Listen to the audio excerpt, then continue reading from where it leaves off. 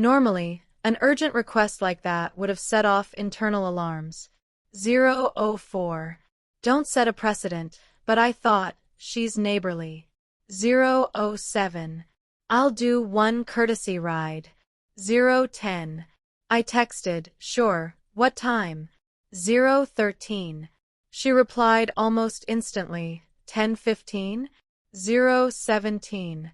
I'll be ready outside. 019. Thanks. 020. An hour later, I pulled into our tidy suburban street, slowed past well-kept lawns, and focused on pulling in beside her trim townhouse. 029.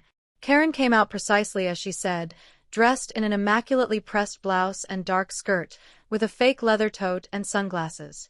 037. She slid into the passenger seat with a bright, thanks so much. 042.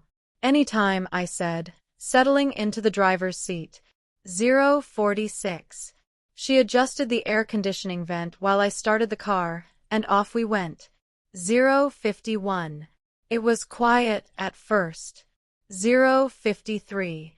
She tapped her phone, maybe emailing someone. 057. I drove through light traffic to the shopping center, anchor stores, a few boutiques, the bakery with those delightful almond croissants she'd mentioned once. 106. I found a spot in the far end of the lot to make it easy for the ride back, and she hopped out with a cheerful wave. 112. See you in a couple hours, she said as I rolled onward. 116. Errands awaiting me too. 118. So far, so neighborly. 120. 2 days later, another text. 123. Need a lift again today? 125. Same time?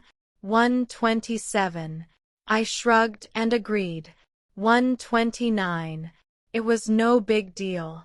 131. I'd parked near her, she got in, and off we went. 134. Our malaise of small talk. 137. Whether her HOA duties, my work, and that was that. 141. Then came day 3. 143. And day 4. 145. By the end of the week when I got in my car in the morning, I knew she'd be there, standing by her door at 10:15, phone in hand, ready to go. 153. It had become as routine as brushing my teeth. 157. I didn't actually mind, exactly. 159. It was easy to help a neighbor, but something felt off. 202. I hadn't even asked what this was about, how long it would last, or why she couldn't drive herself. 208. Still, I chalked it up to convenience. 210. Maybe her car was in the shop, or she'd injured her back in Pilates. 214. But nobody said a word about that. 217. We got into a rhythm. 220. She'd ping me around 10 or 2 minutes earlier. See you soon. 224.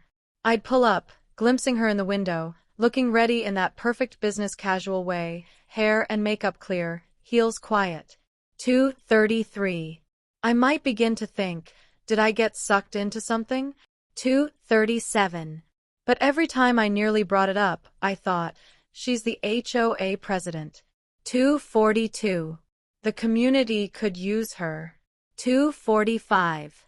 After 3 weeks, though, I began to feel like I'd been conscripted. 249. My mornings changed. 251. I'd leave earlier, drive slower, she'd appear as clockwork, and I'd drive her to the shopping center. 258. I'd call home to adjust whoever else depended on me.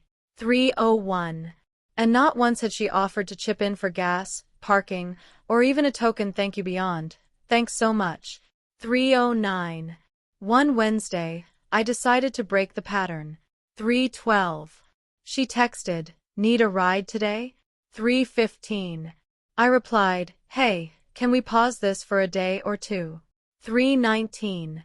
I've got some pressing errands / pulled something tight kind of stuff. 324. There was a moment of silence. The